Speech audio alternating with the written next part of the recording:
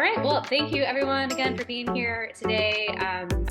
As you may notice, I have turned the captions on as well for anyone who needs that for accessibility. So we're so happy you're all here, and we're going to get into the content here in just a minute, but I want to cover a few little details about how the session is going to go today. Feel free to ask any questions in the chat throughout the presentation, and hopefully we'll have some time for some Q&A at the end as well. And for those of you who aren't familiar with the Small Business Development Center, we are the North Metro Denver SBDC. We cover mostly Adams and Broomfield counties, and we're here to support small businesses with their questions and guidance.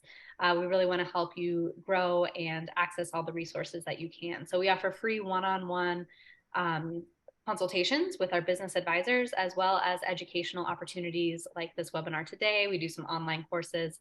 So we hope that you will check us out if you are looking for any sort of follow-up or support. We want to be here to help you with your business.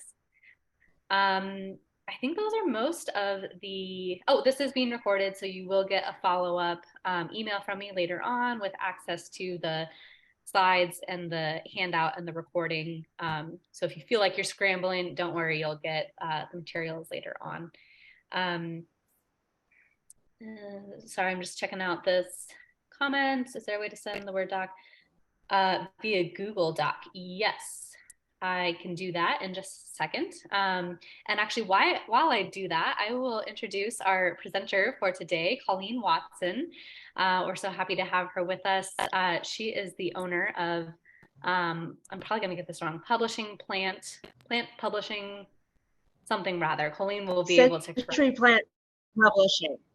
Century Plant Publishing. Thank you. I don't know why that's always a tongue twister for me. Century Plant Publishing. So we're so thankful to have her with us, and she's going to be leading us through the content for today.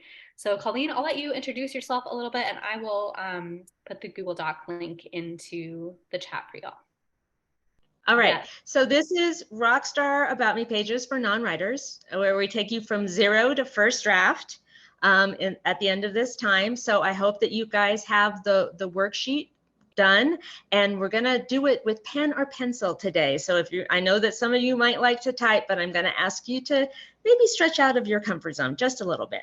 So let's start with, who am I? I am a former librarian. I did youth services for a decade. So if you had little ones under 18, I did all of that programming. I am a yet unpublished but very passionate novelist of a trilogy that I'm doing, and I am a business owner. I run Century Plant Publishing, where we help small businesses shine a light on their business by finding the right words that match with their ideal customers.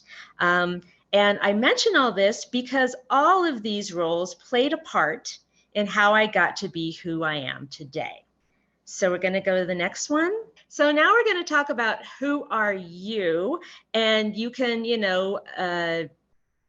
raise your hand, or, when I say this, just say me in chat, and so we'll know. So you're somebody who maybe already has an About Me page, but it needs a refresh. Your business is pivoted, or it's just been a while and you haven't taken a look at it, and that's why you're here today. Because if that is, we're your people.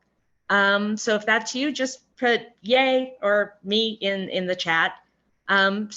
Maybe some of you just started out and you're just getting around to doing, your website and your LinkedIn page, and you need to create this document and you don't quite know where to begin. So if that's you, just hit new in the chat so we know that, you're a newbie to this. And then some of you out there may be like, what is this document anyway? And why do we even need it? What is the point? And if that's you, once again, I'm here to help you out. Whoever you are, you're in the right place now. So if you don't even get that at all, just like maybe put a question mark or something so we know who you are. So you are in the right place. So can I have you do the next one? All right, so when I started my business, I was like you once. I had to sit down and I had to figure out how to write an About Me page. And so I did what librarians do, which is I did a deep dive into research. I looked at all kinds of articles and all kinds of examples, so you don't have to. And I distilled it down to two main ideas. An About Me page is pitching to them. Oh, yeah, thanks. Pitching to them, which is your potential customer, while sounding like you.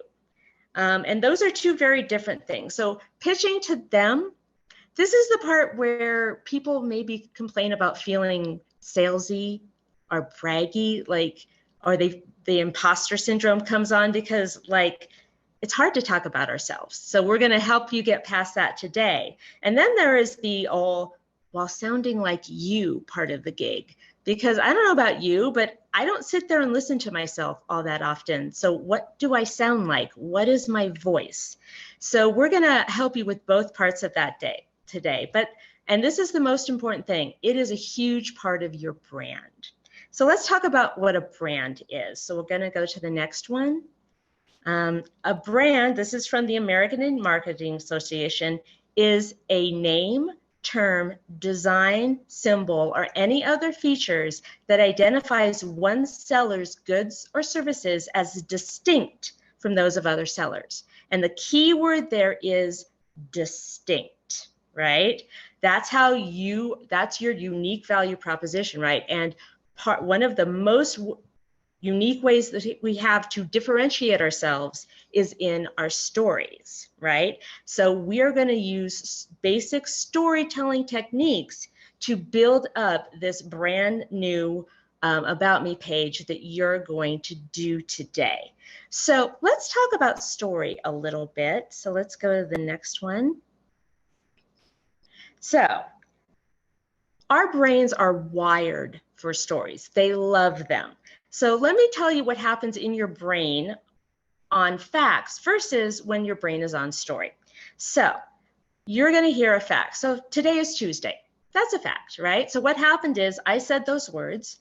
They came through the microphone as sound waves. They came into your ear and went into your auditory cortex, where they got retranslated back into words. And then they went into the Wernicke area where those words got defined, and you know what I said, right?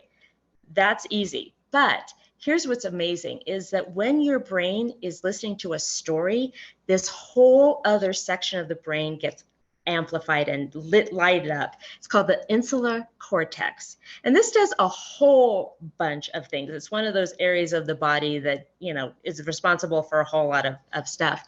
But for our particular topic, it's the one that takes all of those sensory descriptions, sights, smells, tastes, and links them to emotional. It gives them an emotional context. And anybody who's ever sold anything ever knows that it's not logic that sells, it's emotion.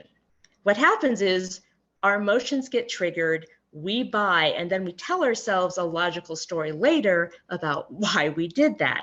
And so story has the ability to light up this hugely impactful part of our brain, therefore making selling easier. And if you like slip your facts as part of the story, they get remembered more because it's part of a cohesive whole. And then if you do it really, really well, this hormone called oxytocin gets released, which is another one of those things that does a whole bunch of stuff. But this is called the trust hormone. So this is when, you know, in ancient times, when a stranger became part of the tribe, this hormone had to get released for that to happen. So you're like, great, Colleen, now I understand why story is important. But don't we live in a visual world?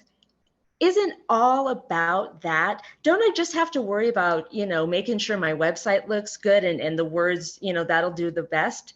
Well, I'm going to argue counterintelligently. I say in a visual world, words are more and not less important. And here's an example as to why. So we'll go to the next one. All right, you're doing great, Hannah. So I found this out and I just was staggered by it. So in 1960, worldwide, we took 3 billion photos. Now think 1960, you actually had a physical camera And if you wanted to take it in the dark, you had to have a physical flash, and then you had to take it out of the camera and go develop it somewhere. And we still did 3 billion photos, right?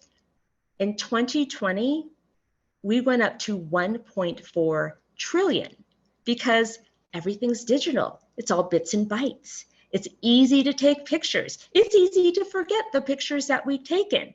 And it shows you that our dopamine hits with this stuff is so powerful. So we always want the new, the next. We don't take time to breathe. We are in visual glut. And this is just photographs. Think about this. This isn't GIFs. This isn't memes. This isn't anything with graphic design. And oh, let's not even talk about video.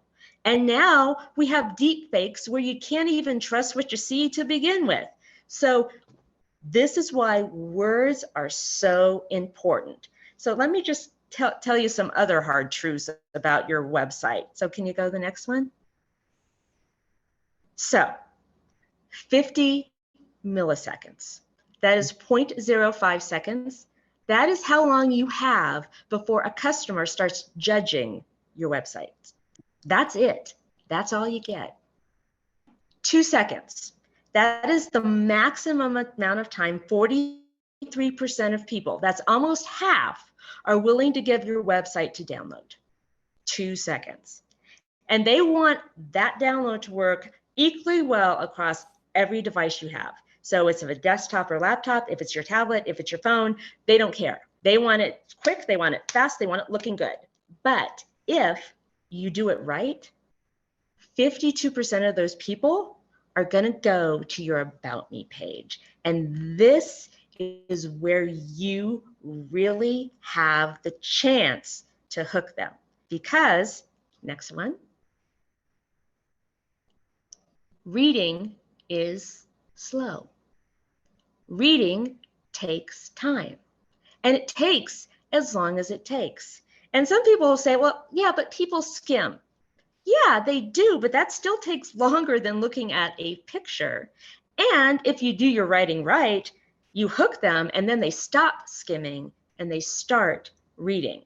And this is where you have the chance to really do something, because in a world where you get 0.05 seconds before judgment starts, a minute of time on your About Me page is something huge. And that's why it's so important for you to do it right. And why is that important? So next one. Because other people may have your skills. In fact, many people probably have your skills, but no one has your story. Your story is one of those things that makes you uniquely you. And your story is also about your expertise. So let me define those things. So you have experience and you have expertise. Your experience is your resume. It's all the jobs you've had in the past and what you did at those jobs. Your expertise, that is your superpower. That is the thing you are better at than anybody else, right? That is the thing that you are putting out into the world in your business. And expertise and experience, they're linked, but think about it. How many of us also got expertise from volunteer work or hobbies or scouts or, childhood experiences? Our expertise doesn't always show up in our experience. And that is why we're telling the story this way. And some of you may be thinking like, but I'm such a normal person. Like I haven't climbed the Himalayas. I haven't, I'm not Tom's. I provide a pair of shoes for, we all have like the entrepreneur superhero in our brain. But you know what? Neither are most of your clients. All they want is someone who gets them. And this is why telling your story is so very powerful. All right, so does anybody have any questions? I've thrown a whole bunch of stuff at you and we're about to ready to start writing, but I want everybody to take a breath, go off mute, or do it in chat, whatever you want to do. Hit me if you have anything you want to talk to me about. Are we good? Okay, so let's go on to the next one. All right, so this is where my novelist brain came into play. So I did all that research as a librarian, and here I am. I'm a person who likes to write, and I sat down to write my About Me page, and I could not make it work. I, tried to follow the examples, but they didn't sound like me. I tried to do, I tried to fill out the worksheets, and nothing worked. And my novelist brain kicked in because I had also been working on the blurb for my book. And my novelist brain went, well, Colleen, that's just like your About Me page. The blurb of a book is the book's About Me page. And so why don't you use the same method? And so there's a saying that we writers have that good writers borrow and great writers steal. I stole. And I stole from somebody who really knows what they're doing, which is Pixar. So Pixar has this thing called the 5-sentence method, right? And this is how they tell all of their stories. So unlike anybody else in Hollywood, where like they get a script and then they look at the script and they option the script and they find the producer, then they find the director, then they hire no, that's not what Pixar does. Pixar answers these 5 questions first because that gives you the spine of the story. And then they figure out the characters and the 3-act structure and the supporting characters. And then they write the script and then they start animating. But this is step 1. And it's a great thing because it gives you a place to start from. So these are 5 open-ended questions. And I'm hoping that you're looking at them thinking, well, those aren't scary, because they're not. In fact, they're kind of fairy tale-like. So I'm going to explain all of the questions, how they work, and it's really important because they work as a unit. So each question builds a block in the story. So I'm going to explain them, and you're going to learn a little something about me today, which is I love musical theater. I'm a total musical head, guilty. So I'm going to use as an example for this one of my favorite musicals, which is Fiddler on the Roof. Now, for those of you who have never seen Fiddler on the Roof, here's what you need to know. It takes place in Russia in a very poor Jewish community called the shtetl at the beginning of the last century. And they are very poor, and it's in kind of a precarious position.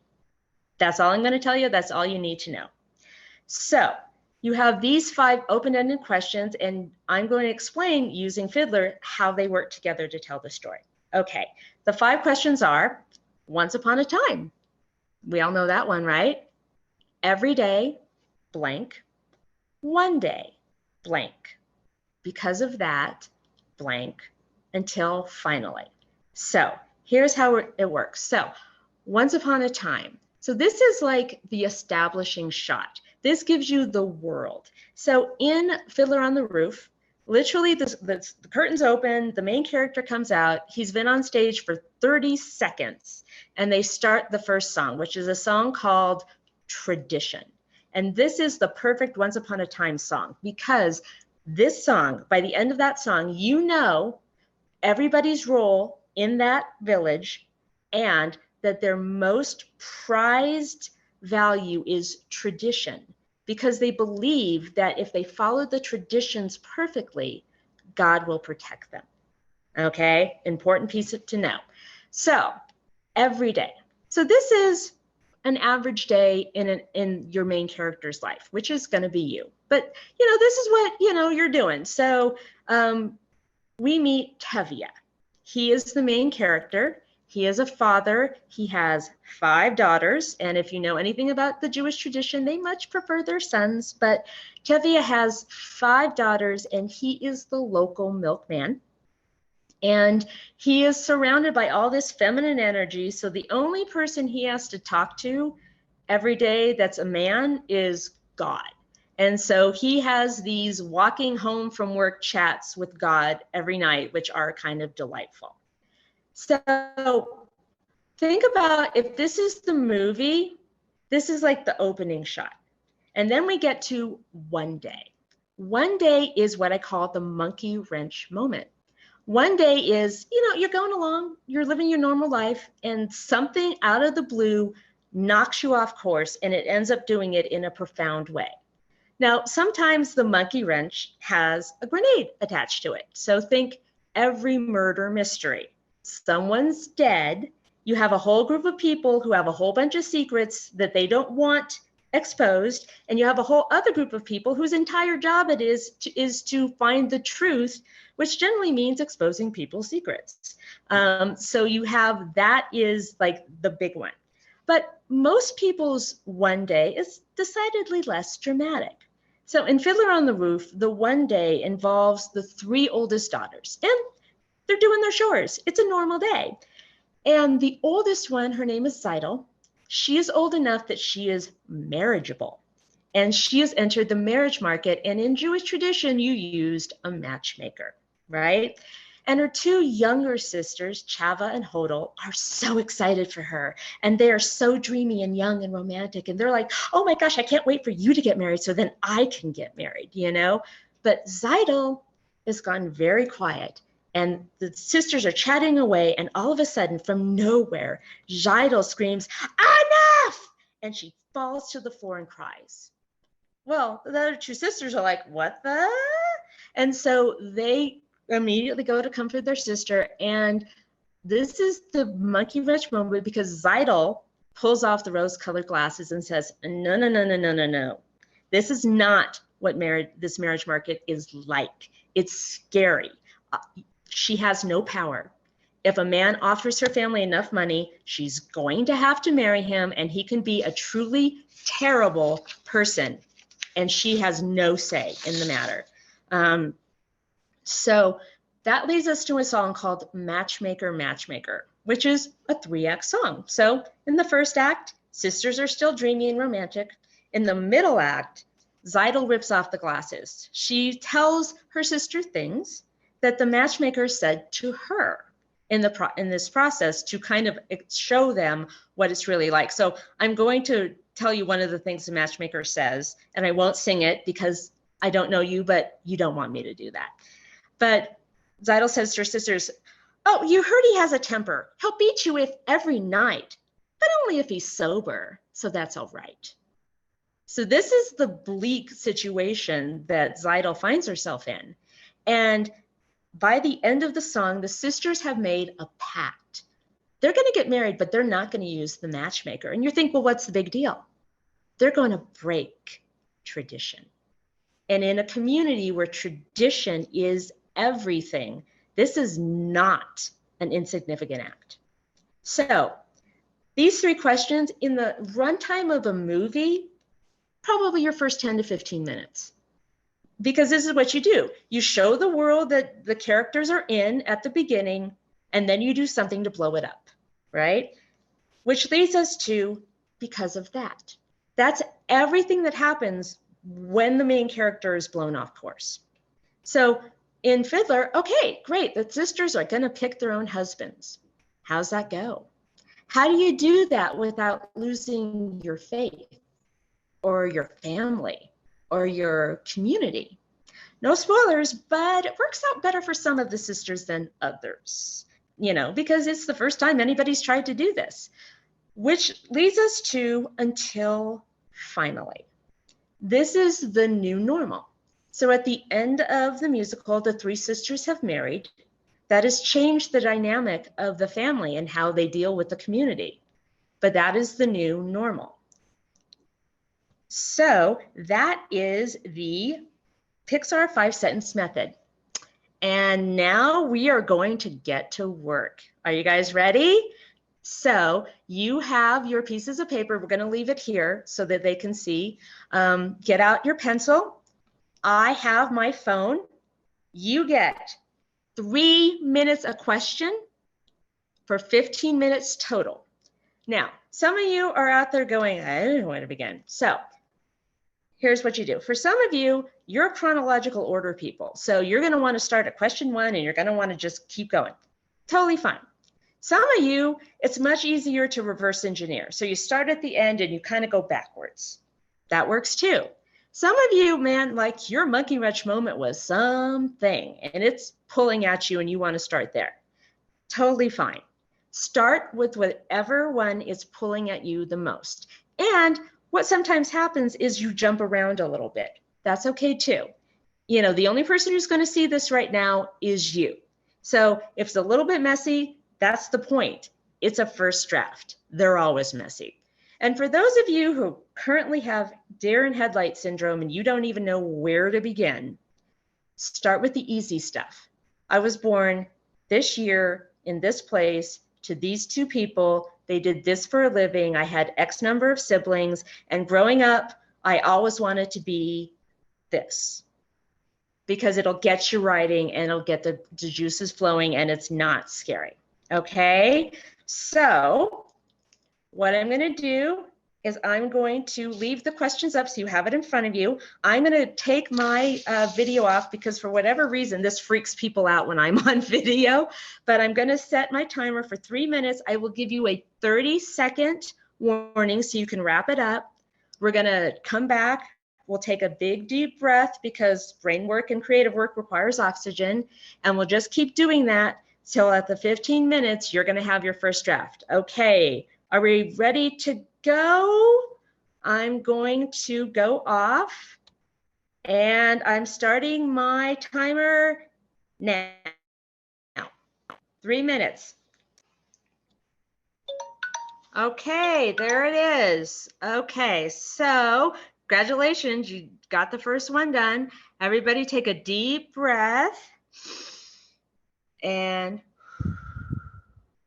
all right, go to whatever one is still calling to you. Your 3 minutes starts now. All right, there we go. Okay, so one more big breath in and out. Wiggle your fingers a little bit. Get them loose again. And we're going to our next 3 minutes now. All right, there we go. So we're over halfway there. Congrats, guys. So take another deep breath. Release. Wiggle your fingers. Get your pencils or pens ready. And next one, we're starting right now. All right. This is our last 3 minute session. You guys are almost finished. You've done this far. I'm so proud of you. So take a deep breath. And out. Your 3 minutes starts now. All right. How are you guys doing? Everybody come back. You can go off mute if you want to, but how y'all feeling? Did everybody get at least something down on paper? Do you have a first draft? You can go off, turn on your things and let me know, or text them in the chat, either way.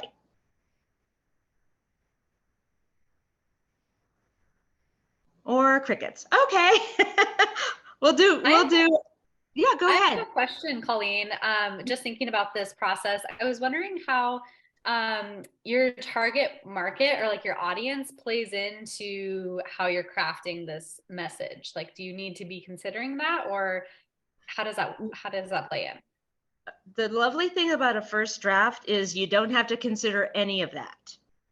Great. So what you're going to do is you're going to get the story down first, and then when you start revising, then you're going to be considering your target market, how to reach them, what they're like, and how your part of your story can resonate with their story, and play that up in the About Me page that you then put on your site. Does that make sense?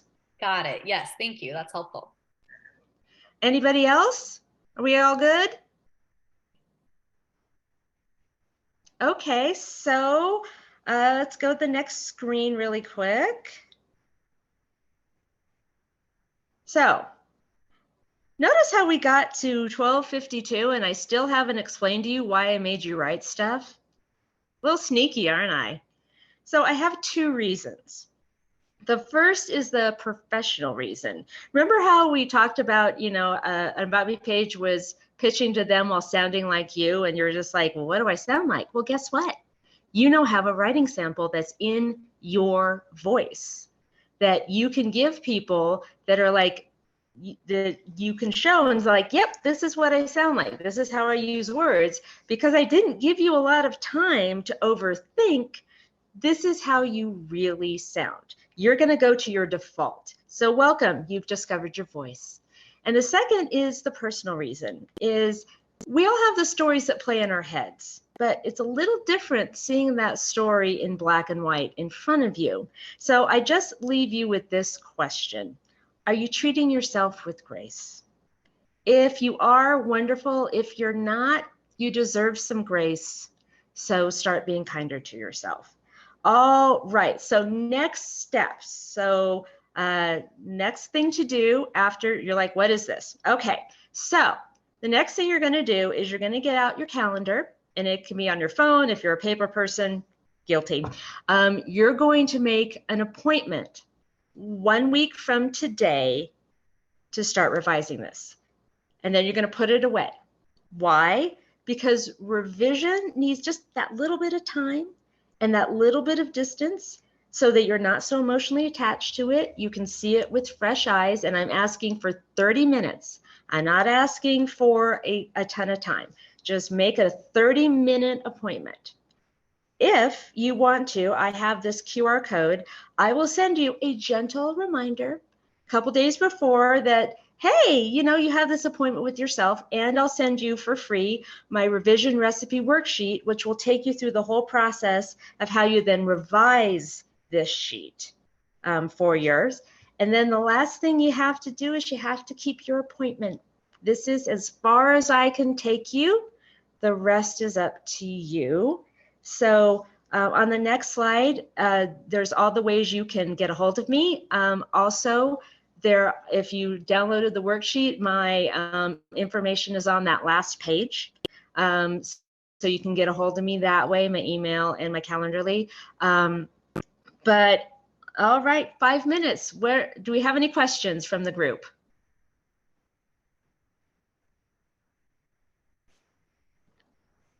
Okay. I find this isn't unusual. It's a little shy having to talk about yourself. I understand. Do you have one for me, Hannah? I just wanted to, sorry, I was looking at the wrong screen as I was trying to stop sharing. I just wanted to comment that this has been really helpful and eye-opening to think about it as just a first draft, because so often we hear from business owners that they are overwhelmed with where to even start when thinking about an About Me page. What level of detail do I put in? Mm-hmm. And to know that some of that can be filtered through. And the first step is just kind of get those basics down from those 5 questions is really helpful. So. Okay, so so I just got a question from Amber or from Carrie, or was it Amber? Review the formula. Do you want me to review my revision worksheet formula, or do you want me to go through the questions again? Just so I'm clear and can answer your question. Oh, okay. So the questions are, once upon a time, this is the opening shot. This is the very first thing you think about. The next one is every day blank. This is what you're doing. This is your normal routine that was happening in your life before you kind of went down a different path. One day blank, that is your monkey wrench moment. That's the day that something hits you sideways and knocks you off that path and forces you to take different roles. Because of that is everything that happens because you've been knocked sideways. What can you lose? What do you have to leave behind? How do you have to stretch yourself to become a different person? And then at the end of that, after that's all resolved, we get to until finally when a new normal is reestablished.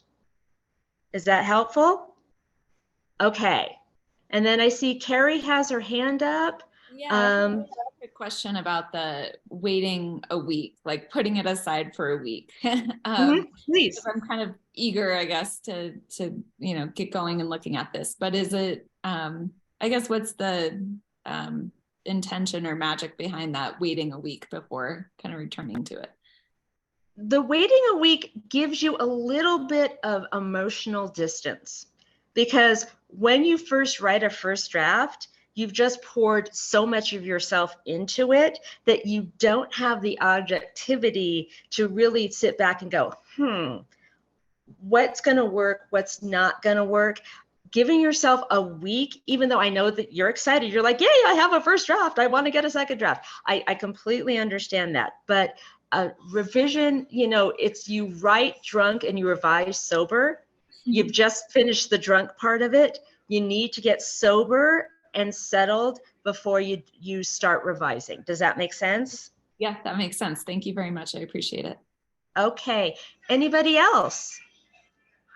Sorry, my mother just woke up and turned on her television. All right.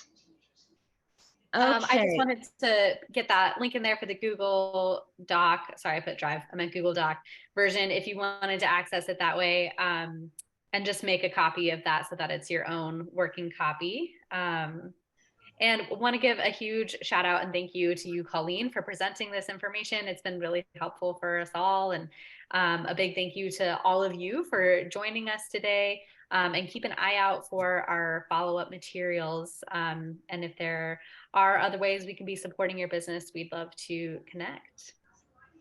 All right. So have a lovely rest of your Tuesday. Great. Thanks, everyone.